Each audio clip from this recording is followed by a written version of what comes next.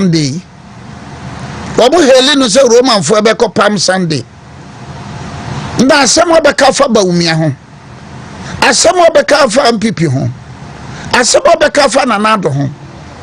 Asem obeka fa mpayimfo ho. Ene ne papa wonja ne papa na wo controller. Yeah. Malik Basintele NDC Malik Basintele occupy position we no. Ne papa Paul wo no na ye beka say immigration panyini. Migration panyini controller, yeah. Migration panyini. Is it not family and friends? Fifikwete oh that's okay say they go outside Malik Basintele mo NDC mama na mo call on mo Christian say Malik Basintele I am partial Obiri branch so papa wo onu na President Mahama odo be share ha no odo papa so akoshe migration ani order bi they should just ask him cause onka monka bibia ka ani ana there be over force true or false Malik Basintele ne papa oh no biological father family and friends as a man became I win for this country Misuma Ghana consolidated bank mame bi okay all lawyer won say na oka no aya na ye na ata aka twipa na brofo ndo so nti ade makai man Misuma man Ghana enra bo say enra wo na we ya kire me nkro we bosumi num mayo emai na be si bosumi num bosumi nsia afe wonya mekire no enti galamse ya se me bebetina mu studio ha FM bia be frame bia ma me kaselo galamse entokwa no enye MPP nko asem ayeye nyina Ghana fo ye nyina asem e ma me ka se me ko secondary high court ekoye case injunction na ebunzan akuafo koko na China fo bi no metugu Chinese bi no metugu ye twitwa pictures me call bonzai me call secondary high court for some come judge in credit me application for injunction me ne lawyer nko na yes a case no judge ne yakoba ya injunction on fan to so on fa ya twitwa photo Chinese gina ho sanfan gina ho judge ne do on fa injunction ne to so so galamse ade no enya ahemfo nko enya the NDC eye galamse no say so yi MPP free wa galamse beba fom ibatena haka so ya no entesa ye amanyasem a mo me hwe ne yenka nokora ne ebe ma ye man no ne babe ene galamse na take off mana ene excavators ne bebre nyirae ene excavators no mo nhyi bi no Oma Nana Kufuado penso omo she excavators no o say reckless and irresponsible. Yeah. The Minister for Environment. Yeah. Say di asem na no waka. Wakoka say o ma yenye excavator ma yenhye no. Enye say nipa no a. O trasia na say bisa say be say Nyankopon no say nyame na wo bo bibifo akrachefo ni nimdiefo no. Sa no bo ba na say bebe asase so ha bebe fa asa adwene no.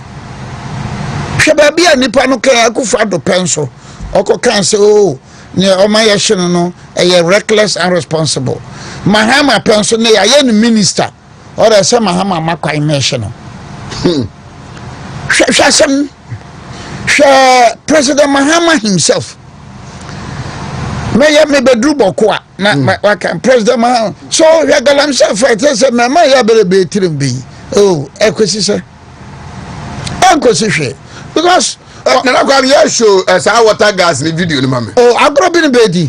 Because mama yati ase se. First for no Erastus asare donko ama yati ase se. Baba wo kwaye num ho no. Tu ekutabe. Ene nyema ekitabe no. Enya asam ketwa. Kofi amabu ababe confirm Erastus asem. Se hwe tu ekitabe. Ene nyema wo be ho wo kwaye mu ho no. Of course, okay, the free fashion so expose bi. Tu ekita wo mo. Now, Martin said be Cameroonians. Ebin from Guinea, ebin from Burkina. Bad the two adro, bad the second adro, bad MPP time number wo and this time atiatisi. Pika Salmbeka say atiatisi. Ajinsem. It enti baba de ye campaign pa na ye de ye campaign pa me bompa ya sere me Nyankopon so o ma me ahodene nimdie ne nyansa na ye ntena se na me nkotena se nkosi 2028 na ye hwe what will happen in this country yeah Nyankopon ma me ahodene o ma me nyansa bia na ye nyina no NDC ye no se well nkwade ye data no sabinom sa MPP ni wona NDC abakra eda e bia ye nyina nyi but o hwe se ni esie frase dia akoda bi no ne nua wo na ne nua no tiam se agye mapra na no wa mo papa wo achi ene ne maame na wo mu nua panyiri baako ekoduru ho enti o hwe ne papa no bisa ne nua na waduru nso atese no ne ahene ba se no yeye on the agility exactly o hwe pra na ne nua na pra ne papa bisa se kwa kuna atese no wa ese so ye se pa na kira se dia yehu ohwe ne ekoso ohwe ne yetete ohwe ne yekenkan na ese bia odi don saguti country na o university lecturers Utah Professor Jampon Bananado declare state of emergency when declare a cost strike as for them can declare state of emergency as for Kobe Mensah as for Oliver Womawo and the rest state of emergency na atwapia wo boko ho demonstration anya ne no ko to the say police for car key no and then so we are hugely disappointed we drifted ya ko he fa because some especially be the main MPP as a party cra MPP as a party the MPP for bilim ka bi so a na o hwa anya nokre but me no we are consistently I've been very principled and honest in my presentations men sama me ka me ya me ye ne mafutu ameto nkasa nyina no some people wo power NDC wo power men sama me ka nyina no o hwa be kono ten so bi twa afukwane e bono ten etie basha me kra na kese me wira ho kese kese umu na ekoso hwe malibas telo when pa na gidi se NDC ba power malibas telo NDC mema ne maya de be kono ho na me se na watwi mu NSS boss said the NDC from ran tell them about when dinner time na watwi mu no anya no na am say obia nko ne secretary ho na mfadri for reposting no and so be the beto said the mosia dinner time chibani no mu Patrick atua no momnyina omudi wa chibani no matem chibani mu nyina atwetwe bi say as o ye de ne kwatena ho no ni ref ni ho ono ko mu ni mebi ofri ba ye and wa beji appointment and all frustrated tail for and so ECG Eastern region Kroboside or my demonstration say ECG boss onko mre ye hu hwe and number 5 who say let me get it yeni abani ba kwa ono wokro mo PV Jantua and CPP for NDC no yes CPP stroke NDC for PV Jantua abetwere e wo Facebook say de enough is enough that be enough is omo ye no omo humiliate Asantesa omo NDC that be na kwa I think I shared enough is enough I shared with you or say from Monday they will start or say okay or say we will convey our misgivings on Monday enough is enough this is humiliating #Asanteman or apply say opeke me boss omo shortlist ni pa ye be vetuum ko man for anka ho na so no ye CPP he was a staffer anya no na ni nuane na na ye jaja yeah the papa ba I think so from Fresh Town I'm fear we CPP for stroke NDC every day what radio so anopa awia anwume and some of the can fan anado ho onhwe me just about kakra ne mu binu ye nama amanfo de besi akonkon se ya me Obiri Boahen especially me na amanfo de besi akonkon krom ha omo de besi akonkon ne etupada ne ye de nyora say when they meet you one mo ka o masemu a he me say o ye MPP ni na minister bi nse huna wedi ye appointee bi to abama bua. The NDC is not the option. Because mo buy bosume mienu ni. Wo ko mu ano. AJB penetremu na yen correct the wrongs. Na yen manenya yie. Na yen get the right people to lead us. Somewhere along the line NDC buy no kra no I relieve tension bi kakra. Because you see I can say ebia mitwa ebia meti ebia matwa ebia mati ebia mahwenie so all tension na eboboba Ghana no a now so ka wo hwe ye na san kan pipi nwene ya nka modiri bi betuma si Ghana oh yes because I say NDC for no pen for no convince nkora no say monye ye mo bre mo su AMPP ati kwambia so mo yem pema MPP ntumu ya pema MPP tungu a obi abeyi na so for be preaching nobody should attempt to change the will of the Ghanaian people na Ghana ye Christopher mane ntikramoni these were the west shone bosumi kakra abaya hu say eh ozana make us say look the future of this country to 2020 is bleak. Me very bleak. Avid reader making camper. My brother nyina me ni je wo wiase nyina ya kenkane. Akenkane into kenkane a ma wunya nimdia no, wunya knowledge no. That na Ghana ha sem bia obafa bia no. From yasa wa twoba fufuo. Ene wo fa ya bobo petesion obewe.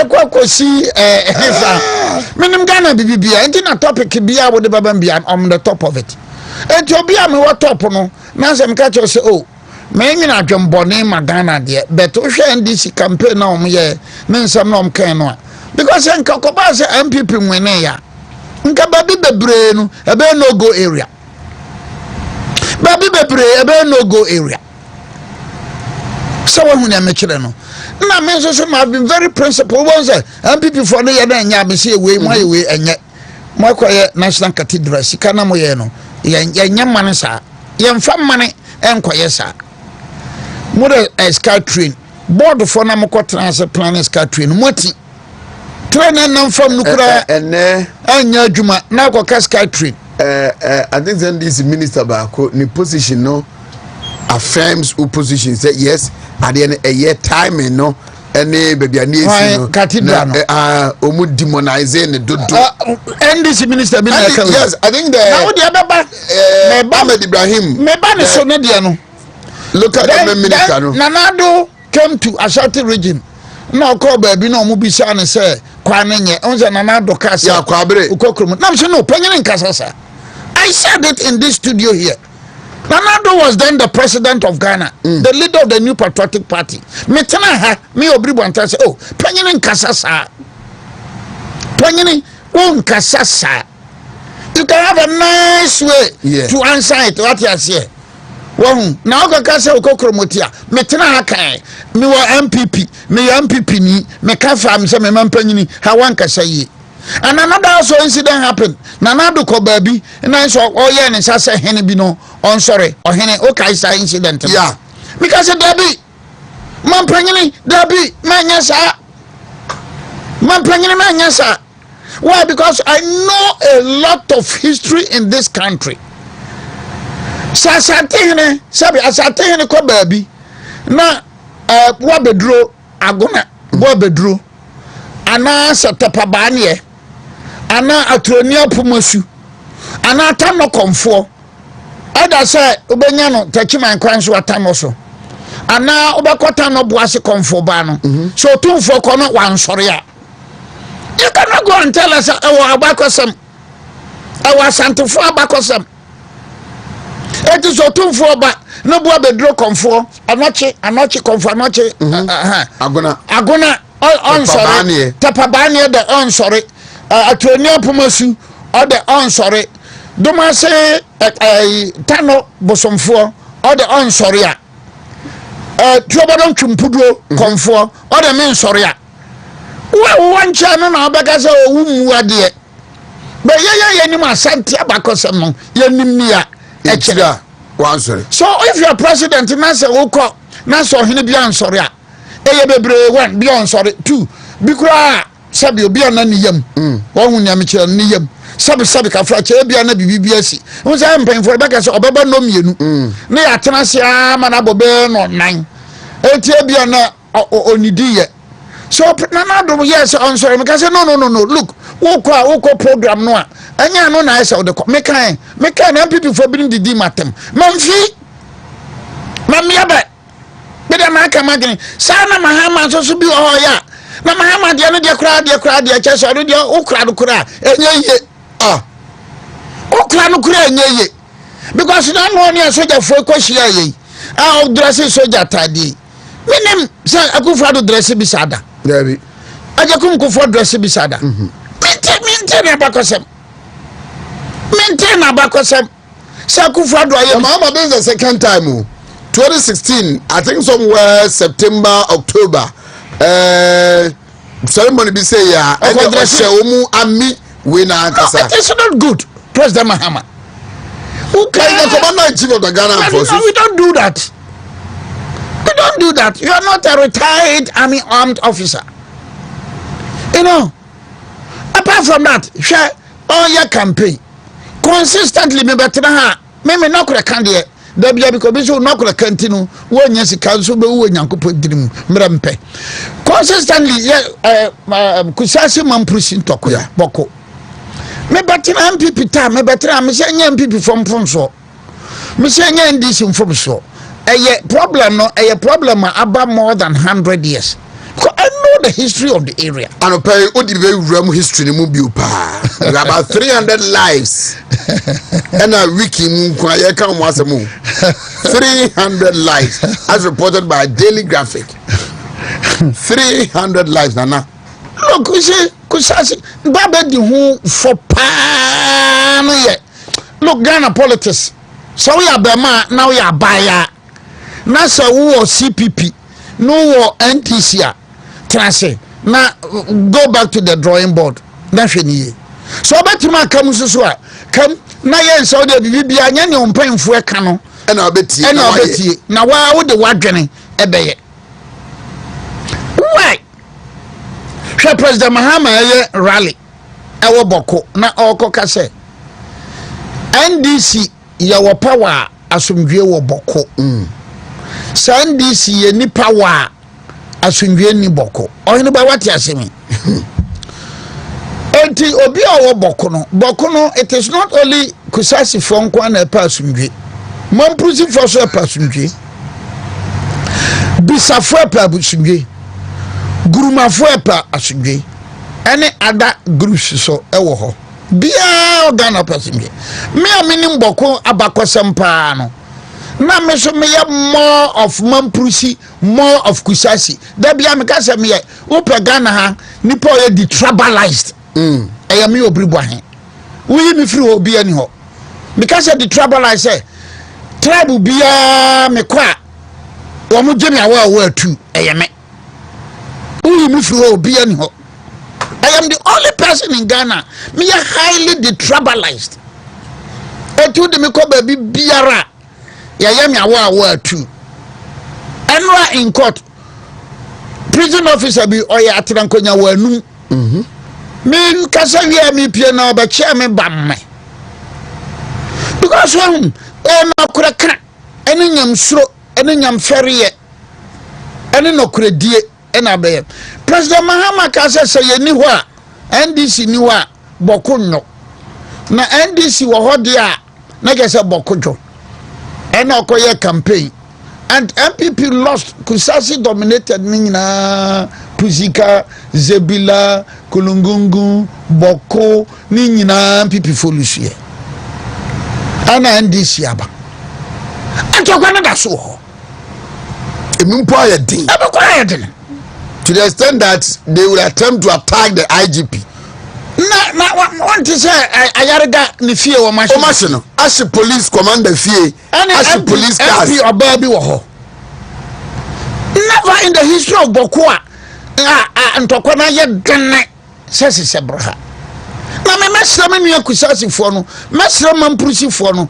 mesra bisafo no mesra gurumafo no e ma makanya me Obiri Boahen sada me sayem mesra mu me pa macho mama yan fa ya ni nto amanyokuo no so you know before Nansanane and Rane about 3-4 days ago incident no now I think Kusasi youth no I a press conference I question NDC for said they are doing politics with the name and course and then they are not happy with it. I am not correct. Obia Mekasa Mampedi Ankabi Interior Minister Ankabi Mama Yarega Ankabi yes Mama Yarega Fino no Msanko she MP Obano so Fino Mama Yarega should the Bia Mekachira say look Kusasi ni on man prisini ni nyaka but you know a binum na wabontire ye prepreja a pulu strength and Baba who for pa PNDC CPP PNDC SMC NDC. Why? Now tell me why. This Boku issue has been more than 100 and something years. Hey. Oh yes. Yes. Titro Abrofono around 1800 18 something omukotena Gambaga first. And sana omuko Boko. But even with that, before the advent of Abrofono, slave trade no Boko no slave center. What you see now, the Mamprises are saying, say, never wo. The Kusasis are saying, say, but I think that, in all honesty, the history books will tell you, say, no Kusasis is no more first.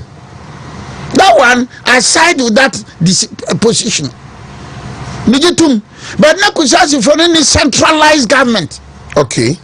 Kusasi for no, Busiabi, na almost omufie, no amount danama, omo. Bosomfo no sa ne be nya centralized what you say bia shenifie but the Mamprisi system of governance the Gomba system of governance the Gonja system of governance the Nanumba system of governance the Mosi system of governance but they were centralized. It's like the Ashanti system. It's like the Ashanti system. Baba nsia Ghana bakose na bensia bakose na besore bedie mu bi no atem no la Ashanti system of governance no e centralized obi wo bia ni nyina no baboa eti obi wo soro Asante hene na amanhene nkrabata no sa so far now no e aduosiensia amanhene aduosiensia e kwa aduoson you know you take the yana. If you take the yana or Tiendi, but our soro, eti so called Nakofa Karagana, Okofa Miona, Okofa Kumbungu, Okofa Tolon, Okofa Savlugu, and in your Kangunina, Basso by a man hene, one Mecheno, eti, more centralized, Obi was soro yana.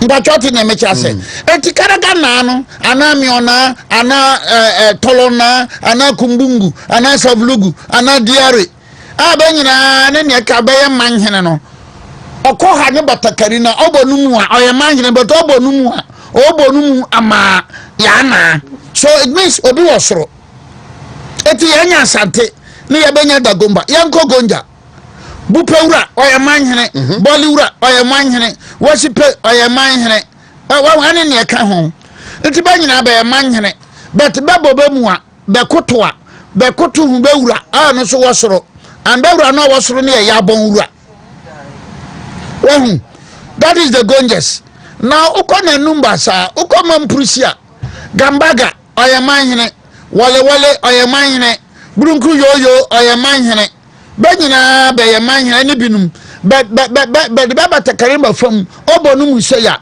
obonu mu a ohwe na yirase so in Bokono you have the Mamprisis no centralized system of government.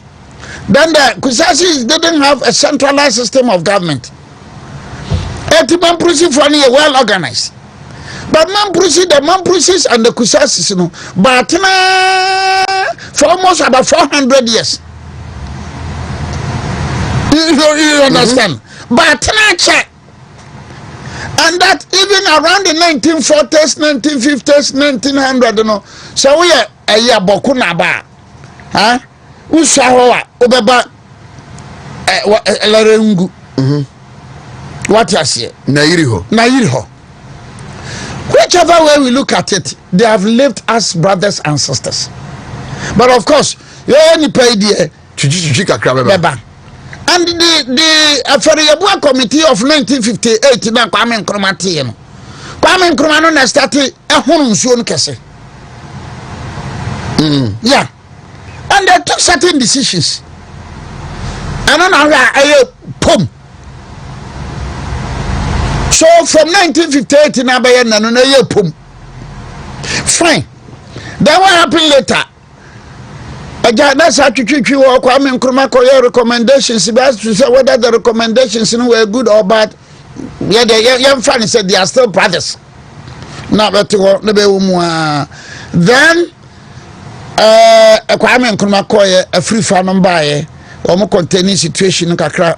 Kofi Buzia buy a containing kakra. A champion buy no bayan, hwete Sam. What did he do?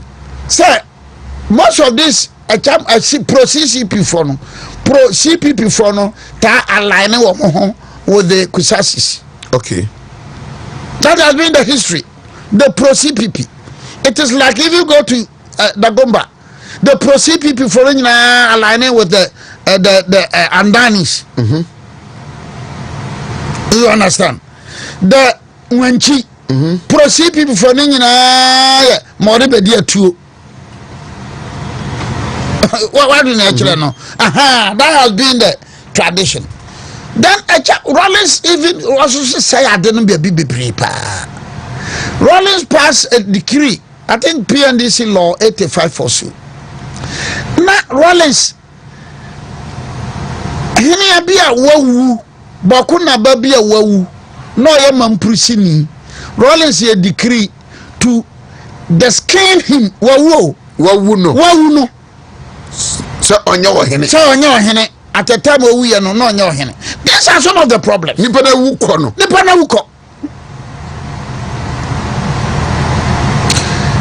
Alhaji Yeremia was arrested in 1962 during the Kulungungu incident. He was a boy of about 14 years or a Mamprusini.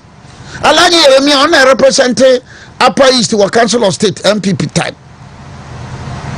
Kulungungu incident, I owned Alhaji Yeremia cartoon. It took that. He was 14 years then. 14 years. It took the intervention of the United Nations. Hey. Yeah, so Yakora.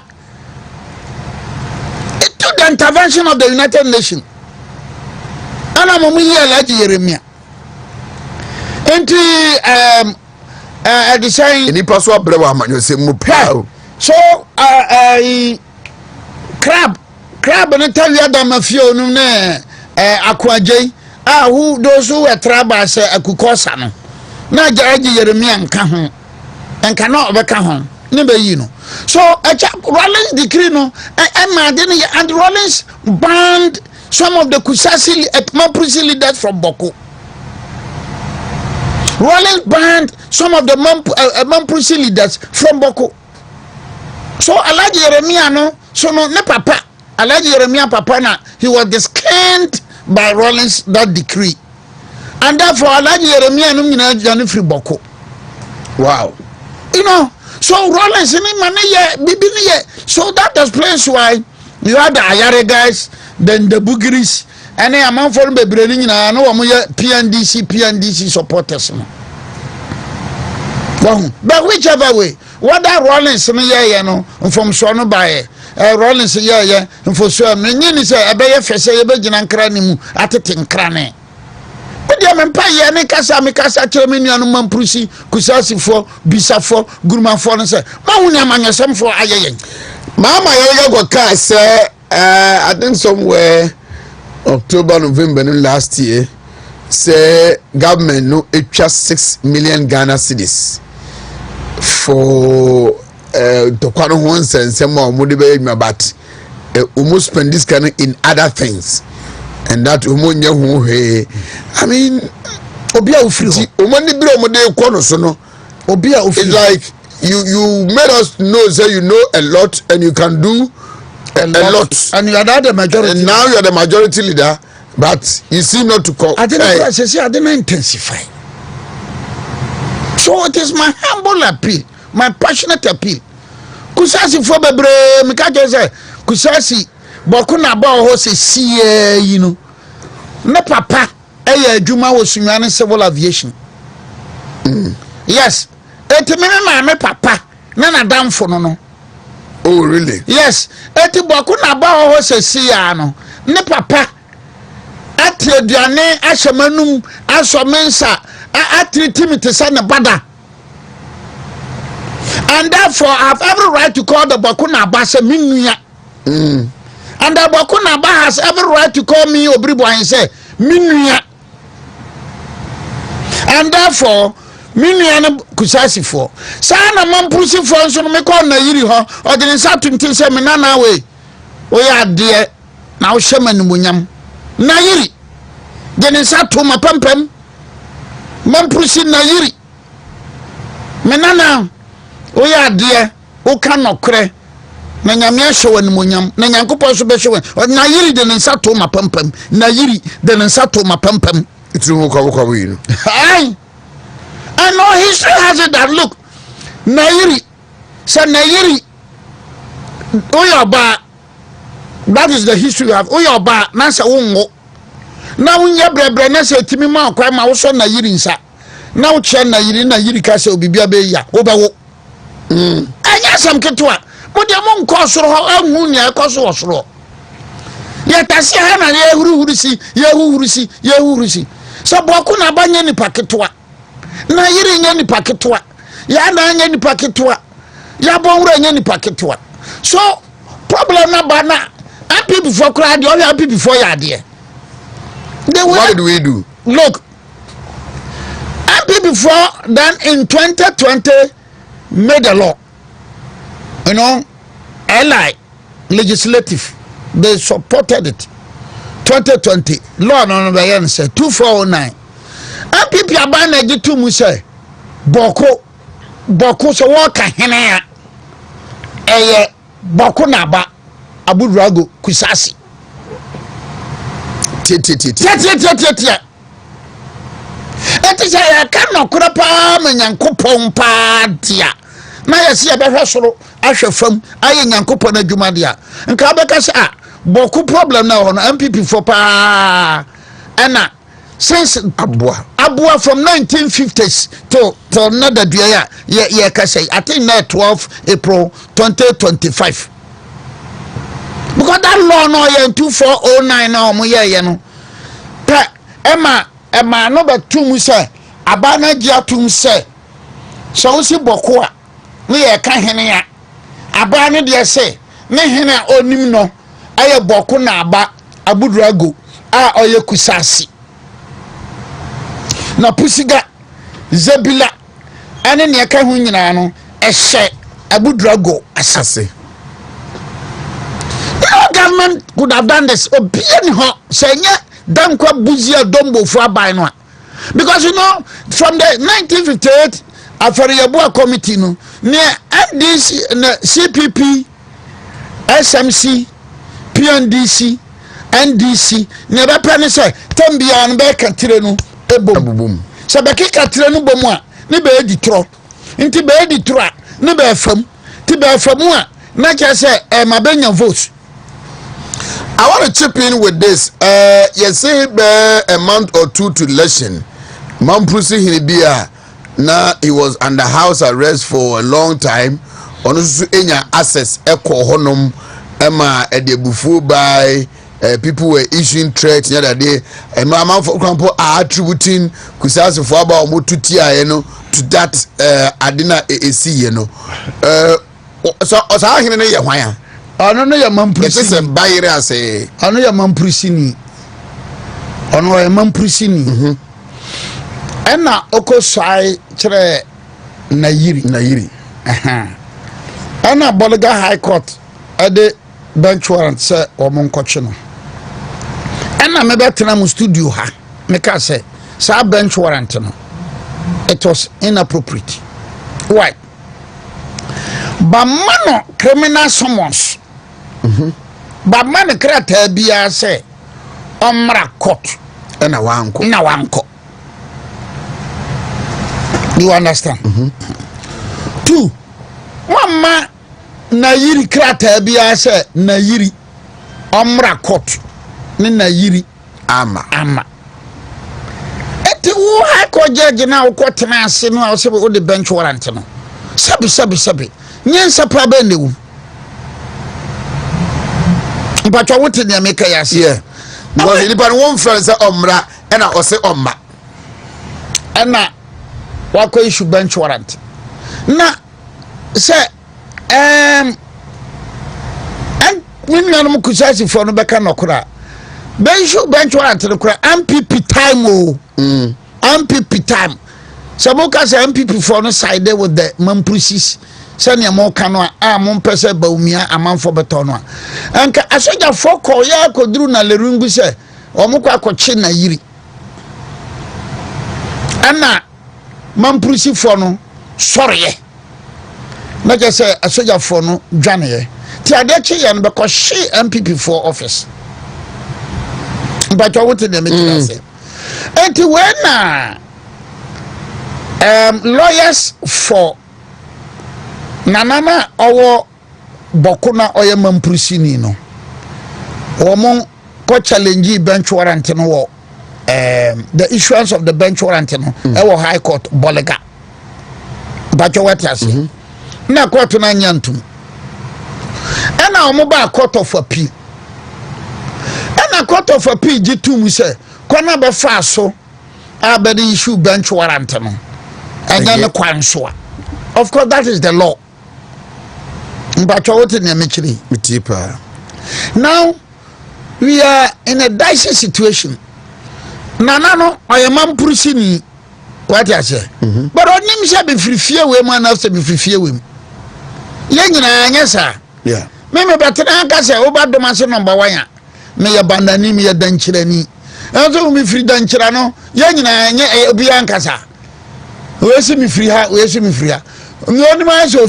okay, so somebody sent me a message from Walwale say Ohina Americans na Sheriga the first Alhaji Sedu Abagari. Is the 15th Boko Naba. Who sent you this message? His grandfather was also a Boko Naba. Good. Who sent you this message?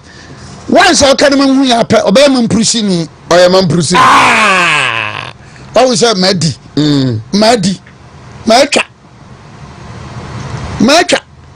Because you know, the Mamprusins have been very consistent on this position. Yes, that why when you mention it message now the man what the man what can you pay me say Mamprusini but sanka kusasini so send o message ono ka kusasini no obesa can the other way baka abudrago it is also mechanic abudrago pe me kusasini na send o. So I'm conversant with the history. So we know we are in between Kusasi and Mamprusino. No cry woman yes.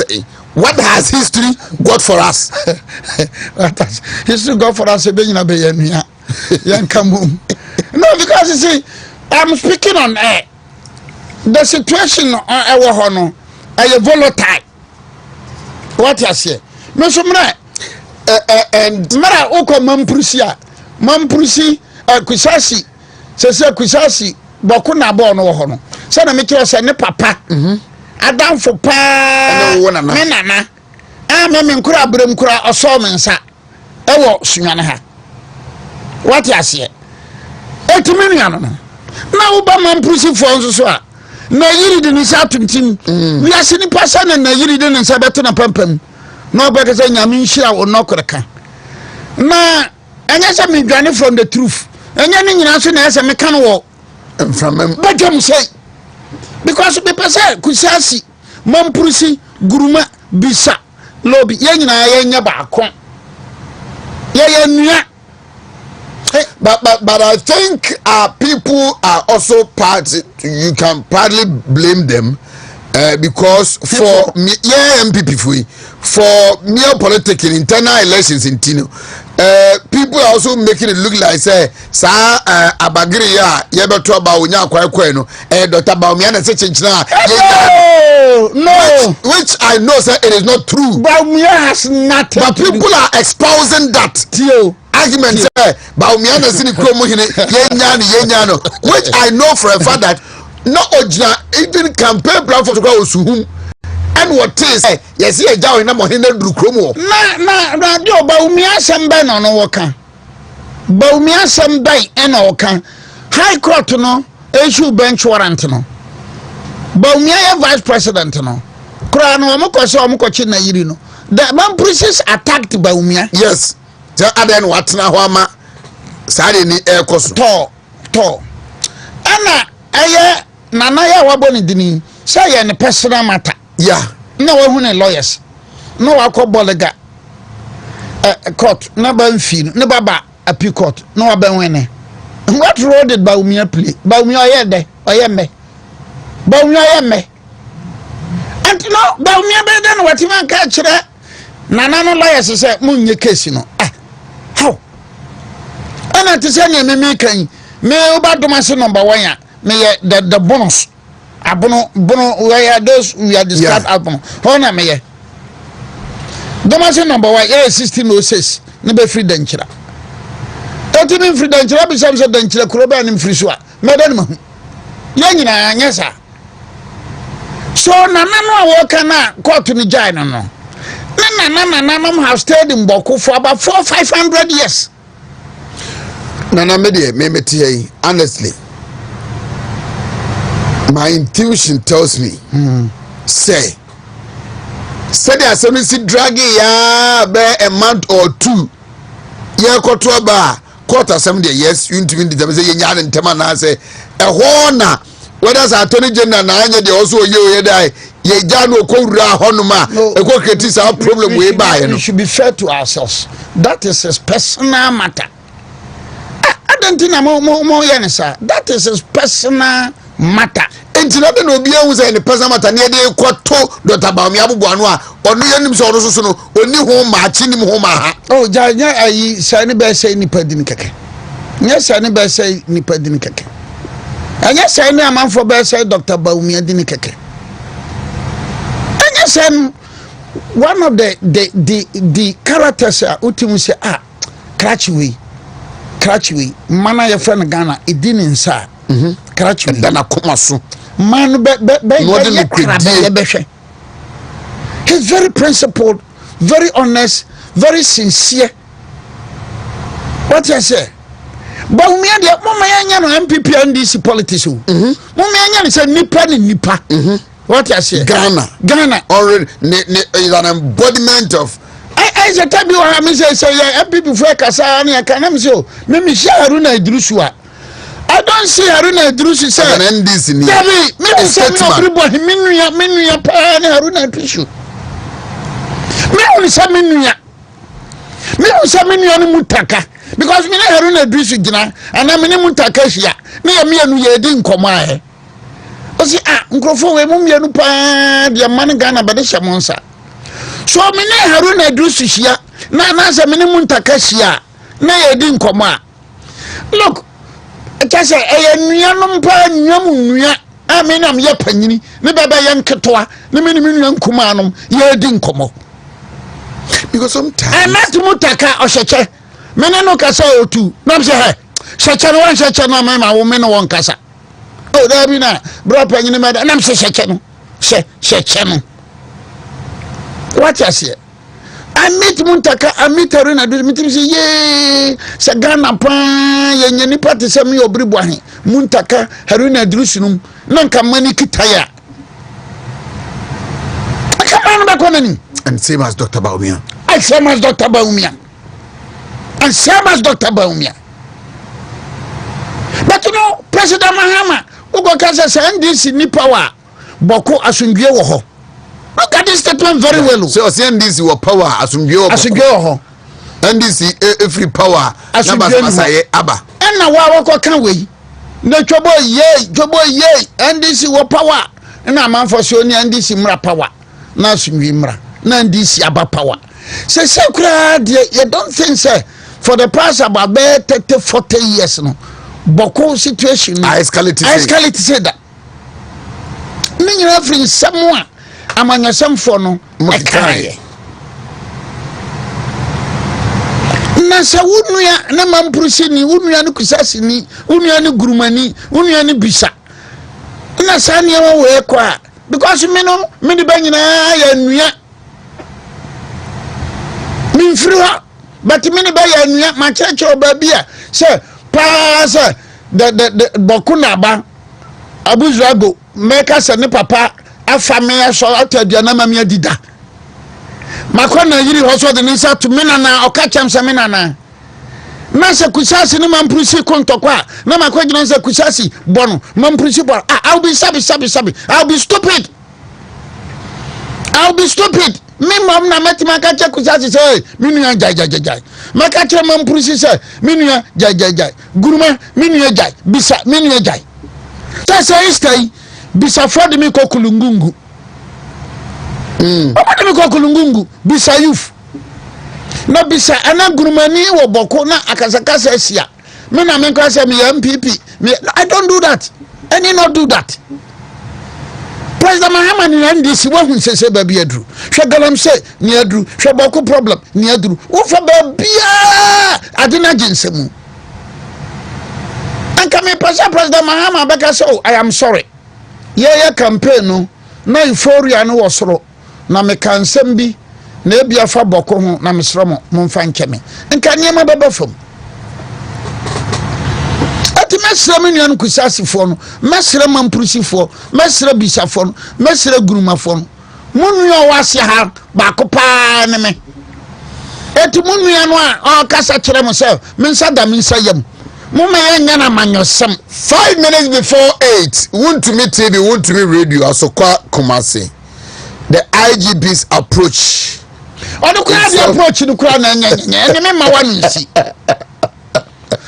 wanu nsi such a nice proposal me ma wanu nsi yohonu onu de anka wan ko kura ankeye COP yohonu ye bejichi adan na asem we yaba wo ko kase wo befa wo mu prosi. Would that solve the problem? Their recruitment will be prioritized. Would that solve the problem? You nyama men can be bintiao. Kanya nkabe kandi. Amaka say such loose and unguided statement, on redraw.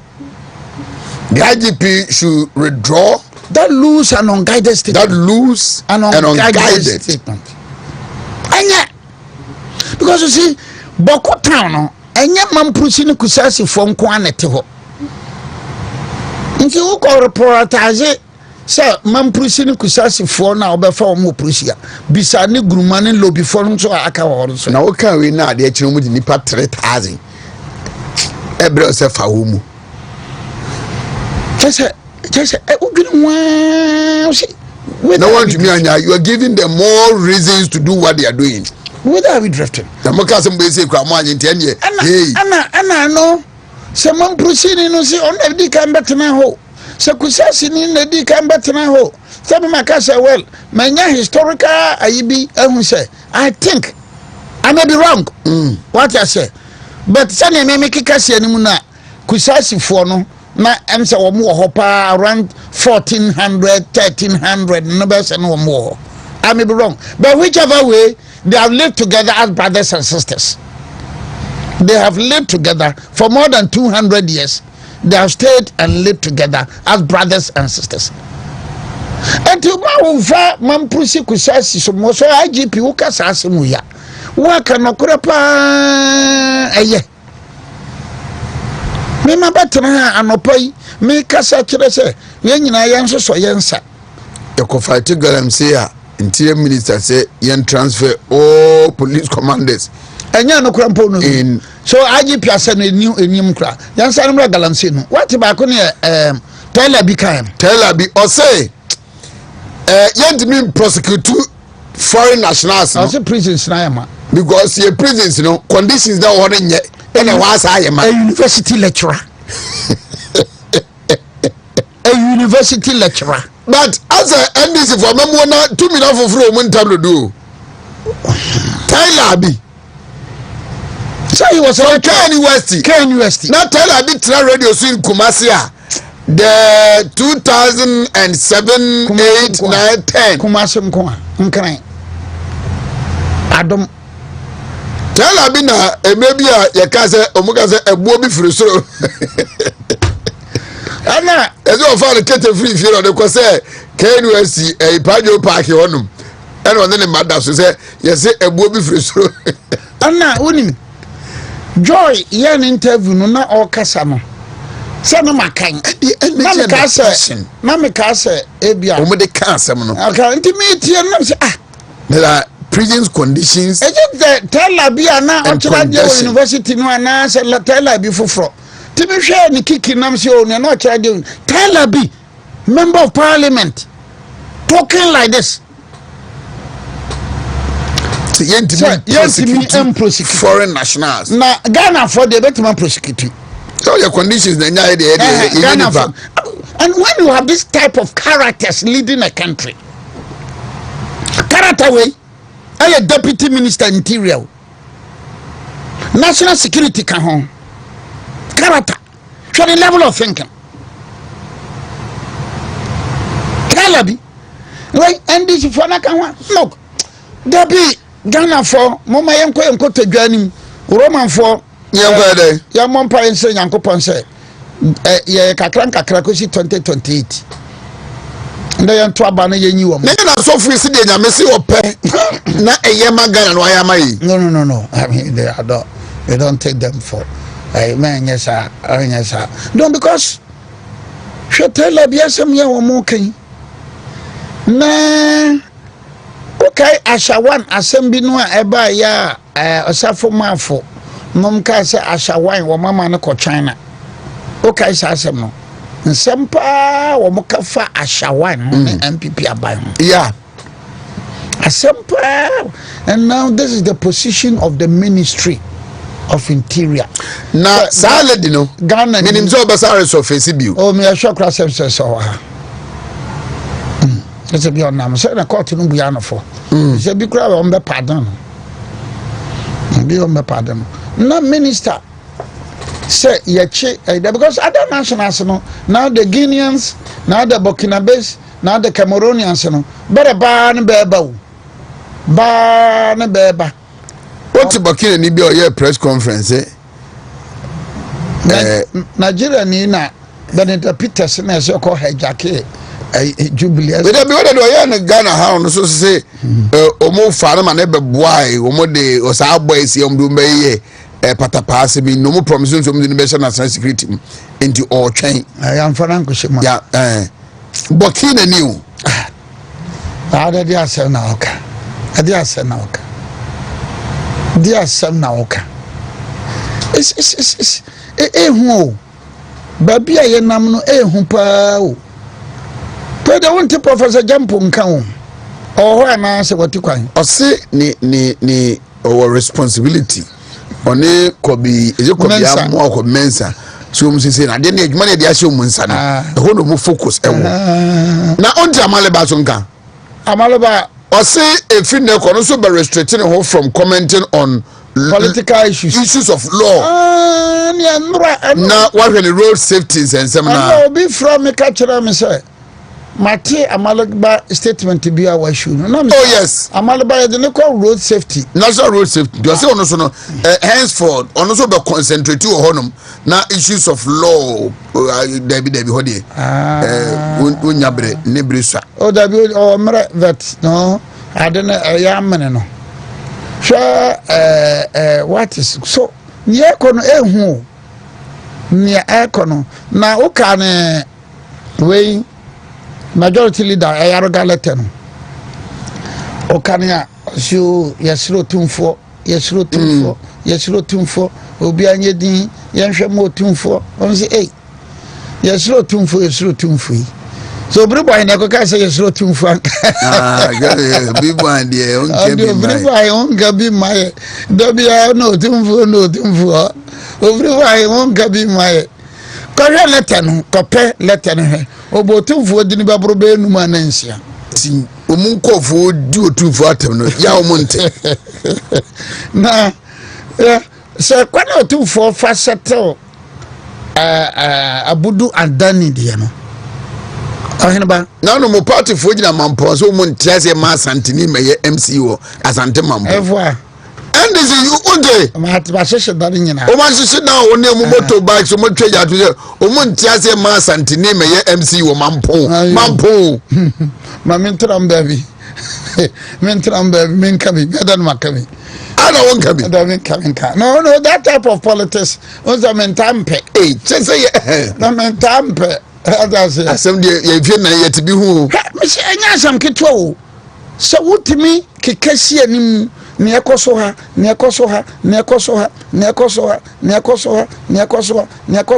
Look at Cassie anymore.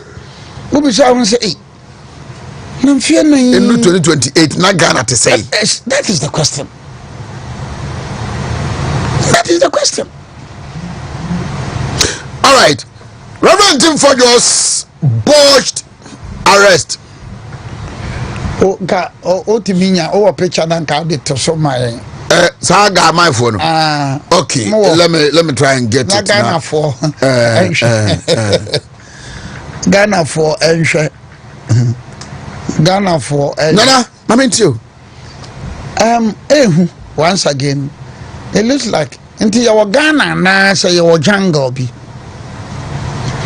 We show woman so why if for now more Sambisi forest no Nigeria jihadist now more Sambisi no how capture man for how many be crowd more stop train chichi ni free no we are dressing now the iron sana dressing here we are dressing so it is a call Northern Niger, Northern Mali. And I did Haddison. In fact, I'm dressing a jihadist dressing maybe, and now I'm dressing. It is not normal in any enlightened society. Say beer, kochi beer, baby dresses are. Mpo, so over kochi or beer, what planning coup, now a failure. And no crown walk, I won't dresses are. Commitment say our law provides that Obi Bechona or disguising you can shoot to kill because I wouldn't even go there. It can be a kidnap. I would even venture. Men ko hompo. Kofi Ventel is talking law. Me da men ko kan law kra.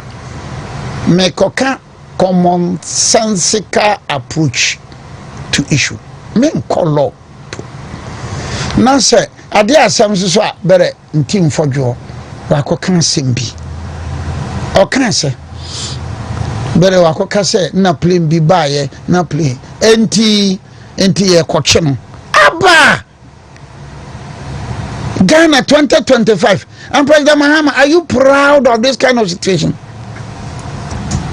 2025 member of parliament wako tenase waye na press conference say na say mo kan ewo mu say enimu remember say criminal libel law no ye free ho remember say kai say criminal libel law no wo mu yi free ho no fi aduonu nan nti na criminal libel law no eni ho biu na kwa mama unko for pictures no why me picture wa show mama criminal libel law no eni ho biu etina again does it make sense? So I could say a luprebiaba. No, Sassano, one would tell the actual pass, a motion yen mukasi any muia. Nipo woman should cry, say a summer cry or novel fellows for Sukachi. Why? Oh, sir, or the for enemy and you be better. Yeah. Sir, a question manu Kozi Amadaku. Oh, Ellen. Akosha man goes na ba akoso so de amatiwa. In fact some man no me ensano na wo mami hu first say on say airport no photo no me nu ba konya Ghana airport ena some brabra be ne pickers airport no so mu enti tema aba say flash for so kwache de beto ho say photo way ni yes ye airport no look at how they are dressed. Look at this. Mwa mo hwe wiase atiefo mo hwe nyina mo hwe. This is your country Ghana. The kwa kwachi MP. Wiase mo wa America ni Japan no. Politica mo Australia mo tie mi no. Mo Guinea, mo Nigeria mo tie mi amohwe no mo hwe. This is your country Ghana. Be kwa kwachi member of parliament. Onkobo krono. Onkoku nipa onkobo krono. Mo hwe onko protuku. Mo hwe mo nyina mo hwe. This is your country Ghana. Those investors are going say you want to come and invest in Ghana. Men can brofokra now be investors no montikia. Those who have advanced intention to come and invest in Ghana. These are the things happening in Ghana. These are the happenings. Look at this. Look at these pictures. And you think that it is normal for you to invest in the country Ghana? Come. Oyina ba nyame na miska wo mo nyame ne mebo behu nyame ne mebo behu ba kwachi member of parliament too. And some up ana tama meka se maya no de ba bontene no a yehu ye no ana bi nso so sane hu se hwa for the first time no I said no one that said na heso ojiri say not just an MP, a ranking member of the Defense and Interior Committee. Exactly. Ana another scenario so womu ye no ana omu jai NDC phone gum na wa hu say Neil Antevanda so say dinatema wa hu Neil Antevanda po Roxen Dafiamako okoye press conference Roxen okoka ho asa Sami Jamfi Ofosuku Achinkasa Joyce Bawa Chum Boafo Joyce Bawa ana utie Accra FM wa hu abaya kese bi ya titi ase ho ense woni matem dia won che no na ya mo example adam funu no so me ya very level-minded person no me so bitimo say and this year jai wa mo mema no mana gumsa na be dia tem na say asem na osofo no kan abawum just say ali prena be lande ye no kwan be dia tem bi kura the way yosofo onye sofo hu na atem so pa so any matured mind, level-minded person, reasonable person, highly educated person, and education crowd matured mind send them crofoi be se bibium send we bio time no buy a baby atana na Richard Japan so called in St. Crofo Kofa Saperman so baby a container sibi ni your battery mine na garage so so what for Emma omo kaka say gold bars na ho na fake dollars na ho na fake na mom adaka na sisi wa Bank of Ghana and a proper one. Things are not going on well for us in this country. And so what should we do as a country? We should just pray to God. Bible. That is the only thing. That is the only thing. Because I don't know, I didn't say more.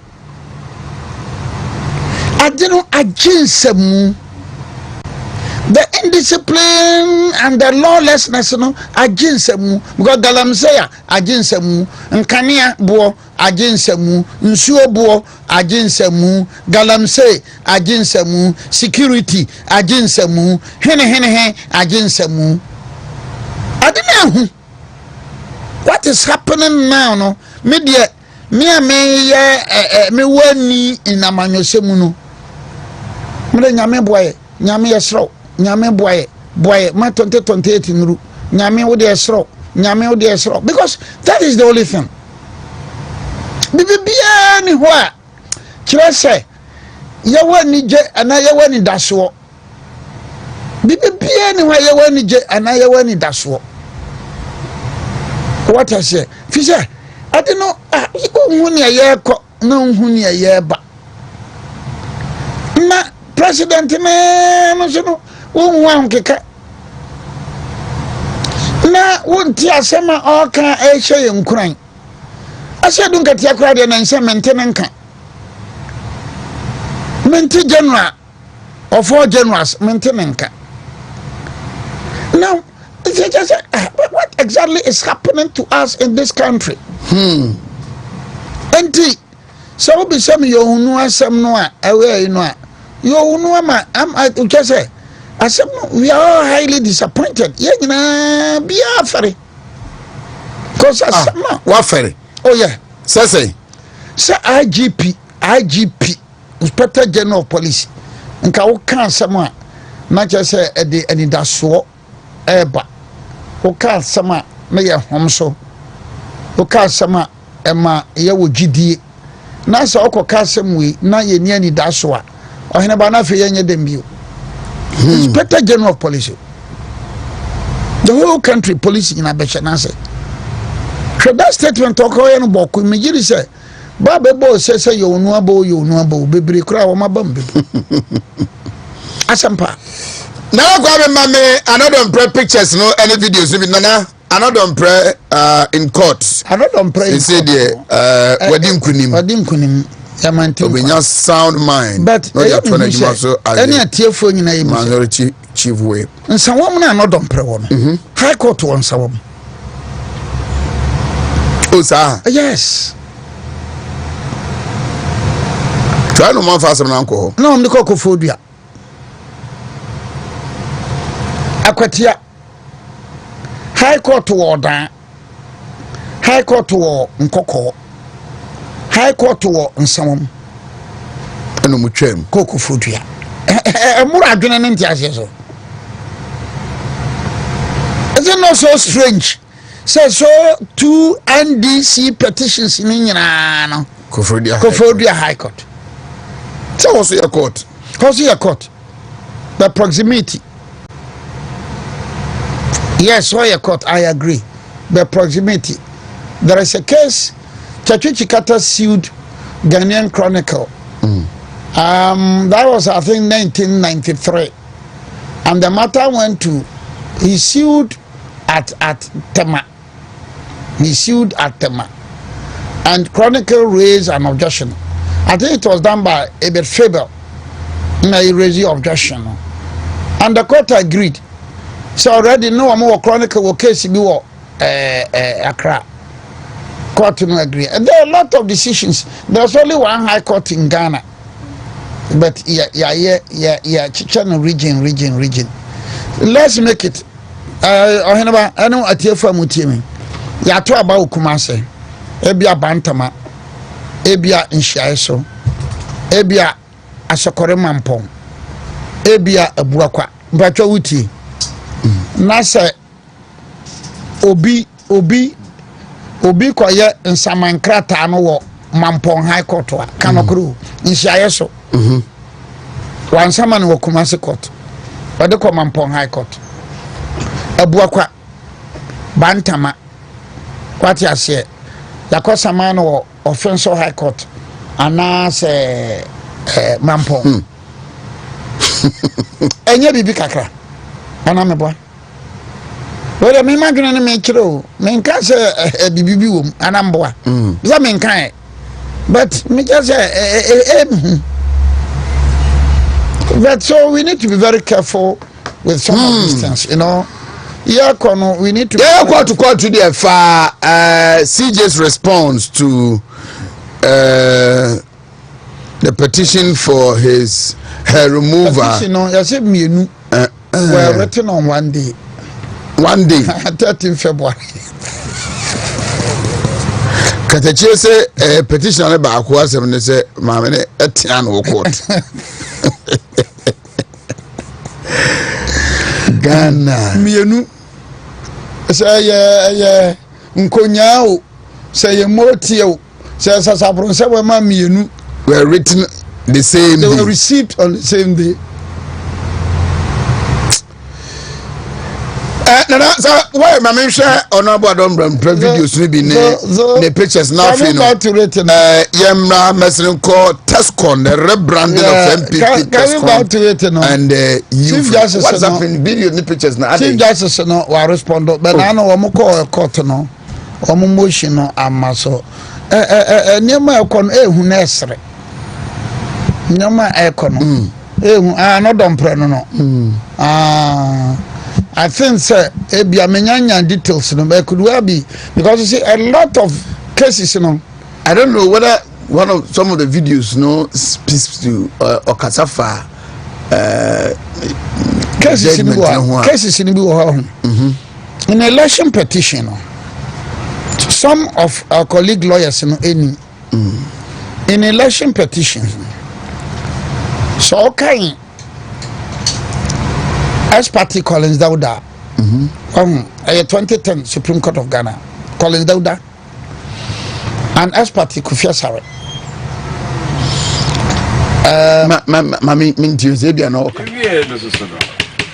in the wisdom of the judge, every election is unique. Yes. Didn't want to tell you, young people, but they have been dated to judge, you know, to be so autonomous judgment. The ruling was detailed. Yes. Detailed, yes, with all the references and all the case law backing the ruling. As you can now, yes, I come a womb crying and said, in the wisdom of the judge, was I awarded cost. I feel I'm more patch out. Yeah, me legal counsel cost some 200,000. I'm because I'm some patch out. If you share, come between 5,000. I feel the one judge to be cost. And a judge said there be. What's here ruling?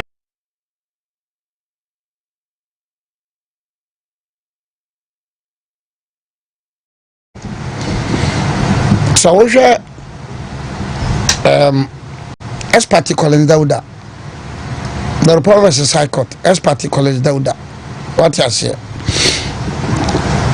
and then Sanfaka the Republic versus as party the Republic versus High Court as party Collins Dauda and then the Republic versus High Court Kofodia as party Kofia Sare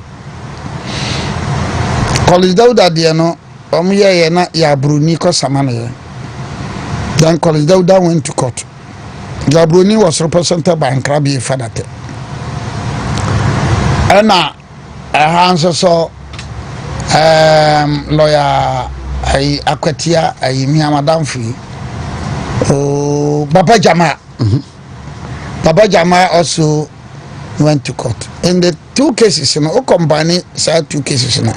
I reported in 2010 Supreme Court of Ghana. I think so. Yeah, I think 2009 or 2010. Mijidisa.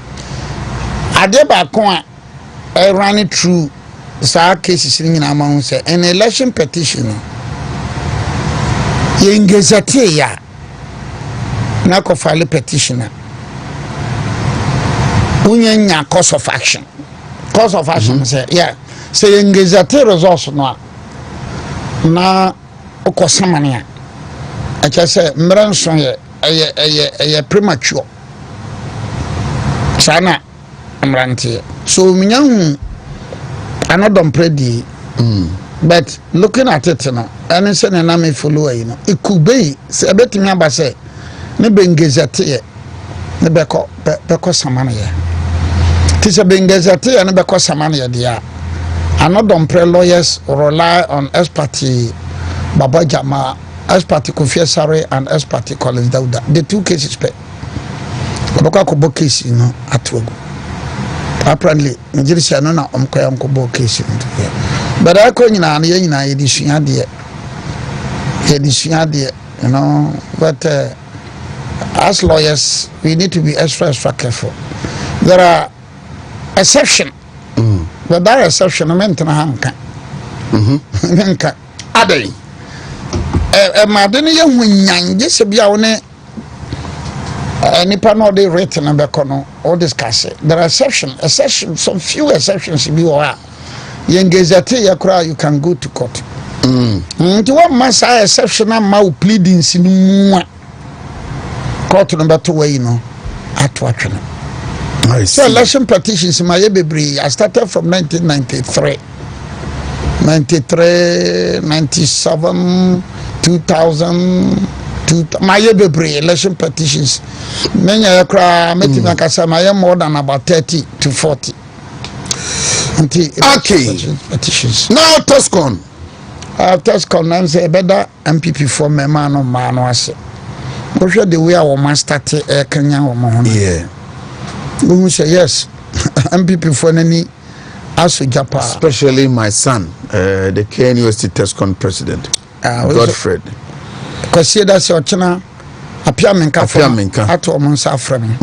We are coming a guest speaker. So you'll be there tomorrow? I'll be there tomorrow. Okay. Abronya soso beba. Okay. Yeah, kukufuso beba. Elini pepi beba. Now, one more invitation mama no. Maybe someone say na ba to aba. Bono region MPP alusi. Bara me na kwamba fo abronya me yama MPP alusi. Committee no amanfo nsema bekan do mo kan sompa FM. Bara me na kwamba fo abronya. Ashanti region baso baati committee. Bara me na kwamba fo abronya me yama MPP alusi ye. Tese national ye twen national so nyom beka me say we beka say me na kwamba fo abronya.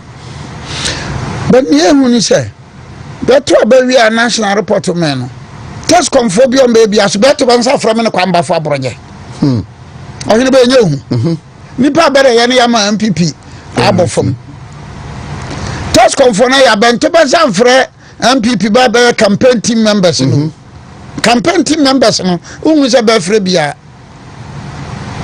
be ya ye ma bere wo me na asiense ye ma MPP ko position yani Good Friday michia agogoloshi MPP bijene babi abeto njeni bere me meka sanchira be Good Friday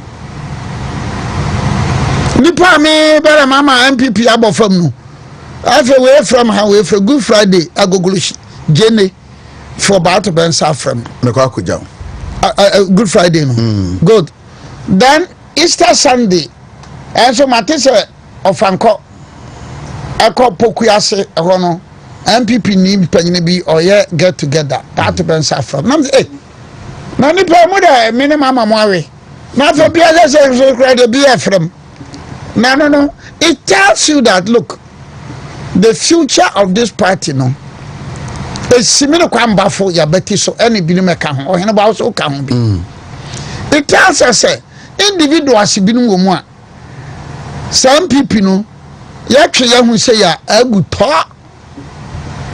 And my young man be shaman also free. Amakom no US.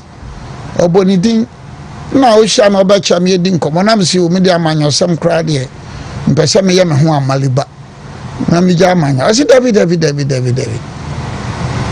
MPP gina wo so. That was a lawyer MPP gina wo so. Na me say o me.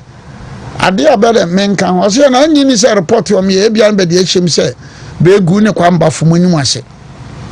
Sani ebeya gidie ne amanfo pagya bokosoro no campaign team nka ho campaign team national camp kwamba fo nka ho bara na mama MPP so but so it means that look some of us no asase so ha na amanfo hu ne ye nyankopon no wosoro de ni ye and God in his infinite wisdom obe reward yen God nyame obe reward yen.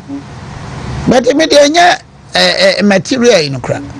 Me de niam ekokoso hyam nkunan se nyankopon no mame ahodene. Mame nyansa. Mame menkansa mbone. Mama no nkosi baabi. Mame nyimde. Mama bamumu as a human being there. Baabi bedru ana wabamabu and dey see da bia. Mama bamumu. But me wo said niam ekoi pa dia. And they said that President Mahama a history. So question about you know. MPP for better my history about 2028. Send your name ekoi pa dia. Because me baby bia NDC ya be yama NDJ aba. Me who baby NDJ ba say na no yakwo Nkrufobi football was it Central Africa nine Comoros baby ani je wo kakra no because no free honom dia Yakwani and the do Friday so a bulldog ne a 1999 na hoso de kakra ever a bulldog and why asqua what was on them in P. O Stadium Hotel. I don't know, as for that one. And 1999 so more. That's I was saying the basement and the nightclub so much. And they're counting out. It do Friday. And they're counting out. And I has no back room Hanuma. As I'm with your I has your back room Hanuma. Bulldog, because one castle called Akota one eye. And they're counting out. And I visit me up my program straight to my chambers. We come chambers I do. Around 10, 11, 12, no master start here with the ball. No ma shut them. But shut them until the following day. Hey. Oh yes. I see. Yeah. Na shut them me nkopie, me nkowinam, me nkonomonsa, me nkosrada mfobi. Nkopema. Me nkopema. Hey. Yeah. Okay. Ne ejejejije mani no. Just come. Just come for no ade na me hwe wo munkran se ma o maba mumu. No, my go comment you mu nwe aduma no. Well, there some men come with so let's look.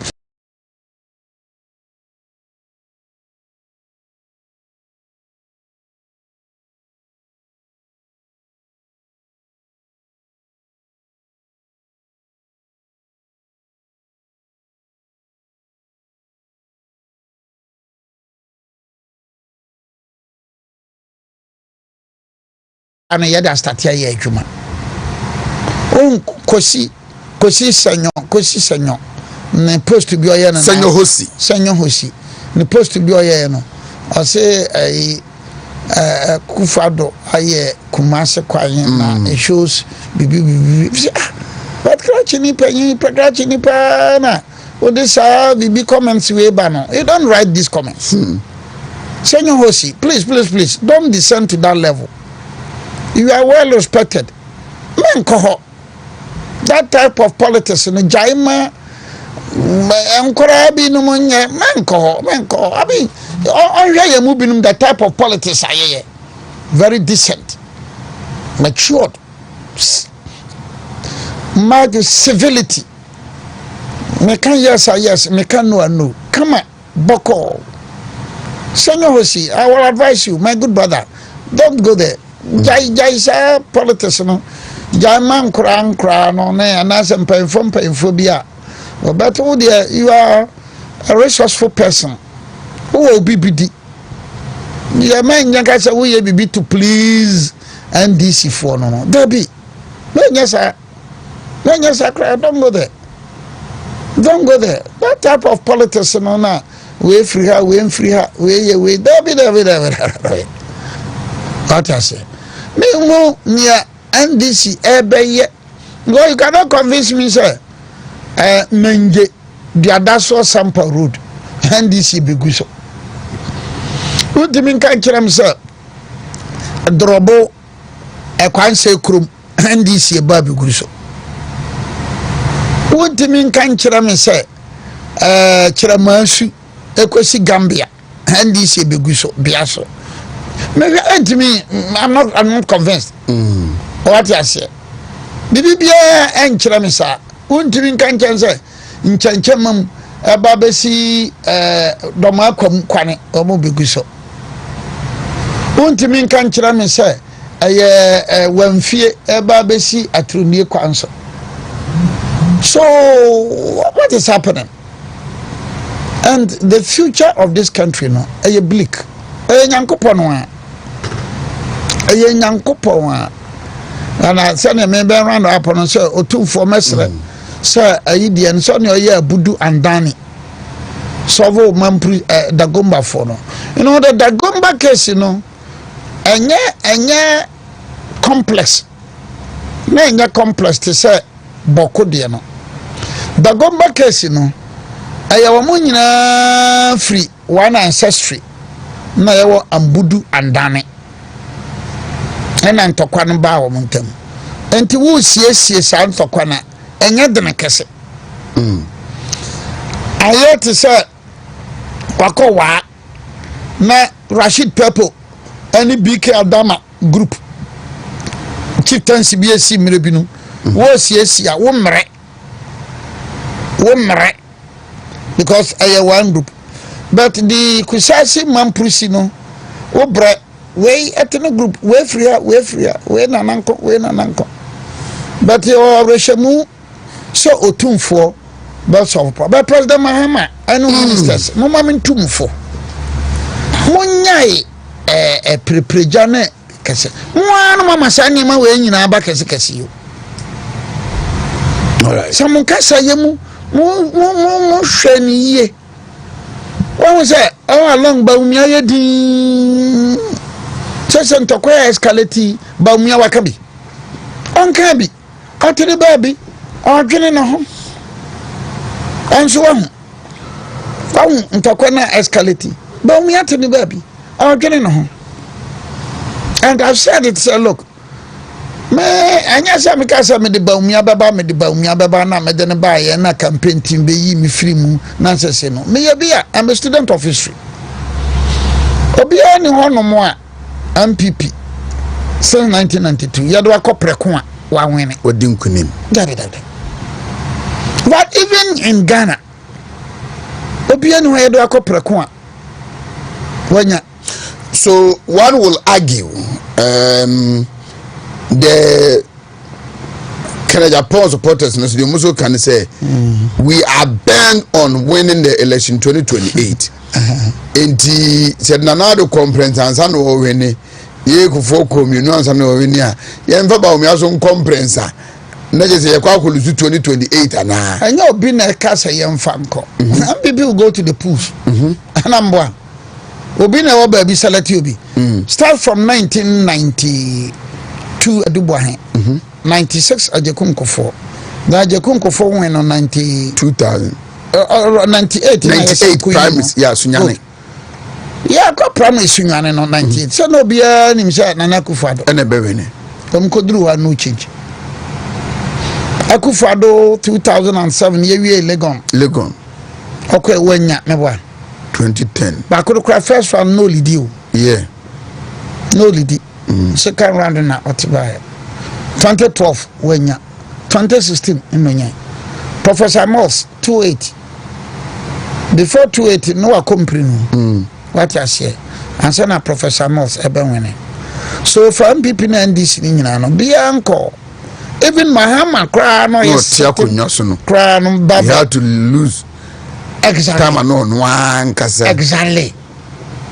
So if you look at the dynamics so history is on Dr. Baumia's side. Exactly. Push Baumia, but history is on the side of Baumia. Will you still be on the Mamprusi train? I am going to drive the train. This time the untim Bauna Uchi. Mina Michi, they said the Mikochi.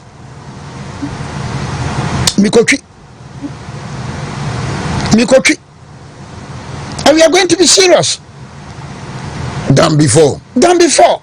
Because why? Will you help in correcting the wrongs? Oh, are they? I am asking this because last week you said Dr. Baumia should take his destiny into his own hands. Yeah, said taking his destiny into his own hands. Be bold and take certain decisions. Should not wait for people to tell him move before he moves. Oh yeah, and the example now was started called thank you talk. By now, because what's to call it thank you? Yeah. Well, Mama, you. We committee no. Michael Kui. Mama. He should start moving. He should start. They said thank you. Mene meko dase.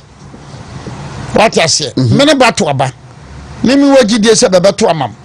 Ne betu ye menya. Meko dase. Nye bini beka se ko. Ma nyet achichide. Mo bi mfe janto wachi. Asan wa Kenya ho. Ko. Maka ho amayako. Oba join thank you to no. Maka ho amayako. Na sabio yanko famra. That's good to know. Yanko famra meka ho bi. Yanko twamra meka ho bi. Yanko sene meka ho bi. Edru baby bayi mi afirima metem baby. Afa ba akọ no ba akọpem a. Bara akora nko sumu na so. okwa no kopira no wajan ho unyi woni David. It's refreshing. Nyankopon no wasuri kura me nyankopon Roman Catholics your daily guardian kura mpo beka kira me say man ni ba umi nhwammo no matter what hani aba banfo anka campaign team ho ba ma post ba ma we ni nyina enye hu nyamba umi ano that bound between men and ba umi ano jina pitin. And how will you ensure that any panomunya domi any view? Oh, God on our side. The hope of glory. God on our side. God. Gidie. I see him as a brother. I see him as my younger brother. Very fine gentleman. And in the midst of Wenuntino, men kokantra and Seminia, Unya Bio. Kanokraman Yankopo. Matima Shasro, Asha from Atia Diana Manum, Anum Suo, Aquacasa, Yabanya, Baumia, Unya Bio. No. Kanokraman Yankopo. Matima Shavias Krogepa.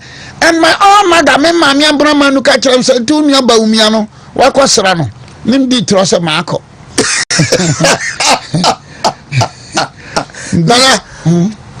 Mammy be sent to me about me, and my own mother. I will challenge draw. And I said, Mancasa Marqua. Come on, me better. Coffee no Miano. Better about your cost running the Tromra Marco. That's Obwa.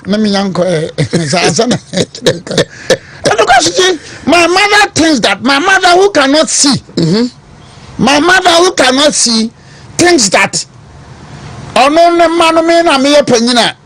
Nobody actually bear Baumia. So by the catch a mammy says, no, oh, Baum, my pan. And come catch us on your done and come, mammy boo. My mother who cannot see will die that very day. When you betray Baumia. When I betray Baumia. Forget about what people will be saying. Oh, Jim Dodo. Oh, Post, you wouldn't be me. Oh, buy a warrior. Oh, Yaquasia. Oh, Jimmy. Oh, there be a bear position and about for the way Jim. We are quite don't told. Bama Post, Menfahon. That suggests to me that you still think he's the best choice for the MPP. Oh, he's the best choice for Ghana. Not even an MPP. He's the best choice for Ghana. In 2028. He's the best choice for Ghana. Both now and the foreseeable future. I am not mentioning West. Menye Capre, Menye Dama. MPP for campaign officer Betty Manco Hoda. Sikaba de Mama campaign man Capre Nim, Daman Nim, Basikri Nim, Azonto Nim. Da! Me come in a Yankopong. Nano Boahen. God bless you. Yeah, because you were Gidia when Yankopong. And then I mean, quite sorry, no. Minko. Because me Timon. Minko. Ujide Yankopong, Minko. Because Baba Quasono, China Palm Sunday, Baba Quay, Nipa Bonnie for a lawyer for because what is our Pambo say NDC or Hinibia or NDC Nation Assassin? Pambo, catch a car, NDC Nivi or top security for Nibia, or the Casa and Yanokre. You know, a lawyer give me a lawyer for being backwards or Benny Paboni, a lawyer for being. Yanuma Quia be backwards or betting dinner, Benny Paboni. Yanum judge for being my backwards or betting dinner, Benny Paboni. Let's enjoy for say. Yanum Santra for being backwards or betting dinner, Benny Paboni. Yanuma for being my backwards or betting dinner, Benny Paboni. Yanum footballers be a backwards or yeah. Nipa Bonnie net modern to them in Koyo. I should be defending romance. No. May I say the most refreshing news this morning is that you are not going to abandon Dr. Baumia. I think about me no abandon me.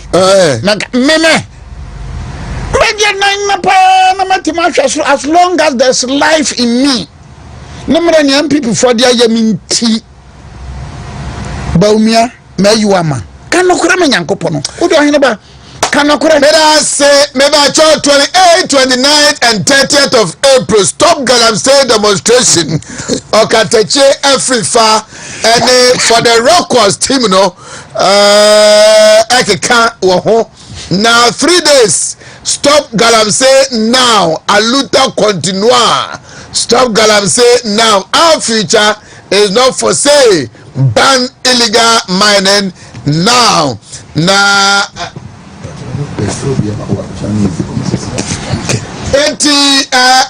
Lawyer Nana Obiri Boahen and I guess in Telegram 28th, 29th and 30th of April Okateche for LED for the Rockers team na the Kingsby consensus my good self Mr. Speaker what Kesben Nana Ziga or what Kesben Nana John Toa of Israel FM Kwame Tenko Lawson TV Lawson FM na mo ye no kroma na consensus no mo ye stop Galamsey no ya na cry we na abekomase na consensus no meeting place no e coded meka Japan baba ho mo ye mranti amonya eti ayene kata Jeffrey Farmers good morning nana eti me bacho mene St. Louisa heba clinic for eba bedin komosisia na yaba abetuaso din komo St. Louisa heba clinic me bacho omuya dro omusa tomo na stop Galamsey all right eti yemra na yemetra se na yeni enkomo great you are the next 15 minutes sorry na WONTUMI sports no eba abetua so let me start from my extreme right opening good morning yes good morning na pom to say you are kofa the nyankopa St. Louisa heba clinic yes yemfa ne say enene die dika obi kwa potem ho asem yes what do you do yes Ghana for nyina no pay St. Louisa heba clinic heba clinic ya Ghana ha for the past 5 to 7 years nyina no ya wa Ghana ha ya dwumadi ya die nyina no and say